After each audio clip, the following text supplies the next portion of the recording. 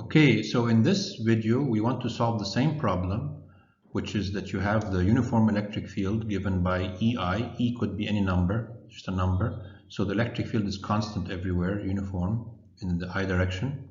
But we want to get the potential at A minus the potential at B using this integration. But we want to choose a different path than last time. We want to now go vertically first and then go horizontally.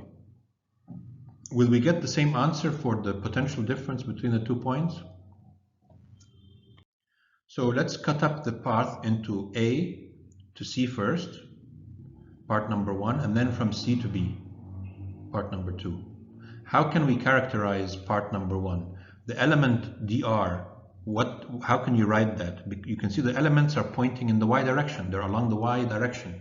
So I can write dr as dy j hat. And you're moving from here, from A to C, the x doesn't change. X is always 0. But y is changing between 0 and value A. So if you plug now the electric field EI and dr to be dyj, now the dot product between I and j is 0. So you get no contribution to the integration from this part. And we know this should be the case because we know that when you move perpendicular to the electric field, there's no change in potential. The only change in potential happens when you move along or against the electric field direction. So that should come then from this part.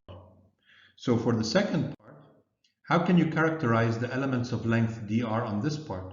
Now you can see here they're pointing in the x direction. So you can write them as dxi. And on this path, y is constant, y never changes, but x goes from 0 to d. So if you plug in E to be EI and you plug in dr to be dxi, I hat dot I hat is 1, then the electric field at every single point here is the same value. So I can take it outside of the integration. You get E integration of dx from 0 to d, which is just d. So the final answer for this part is E times d.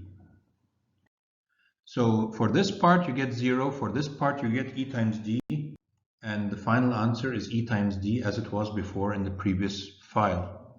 So you get the same answer for the potential difference.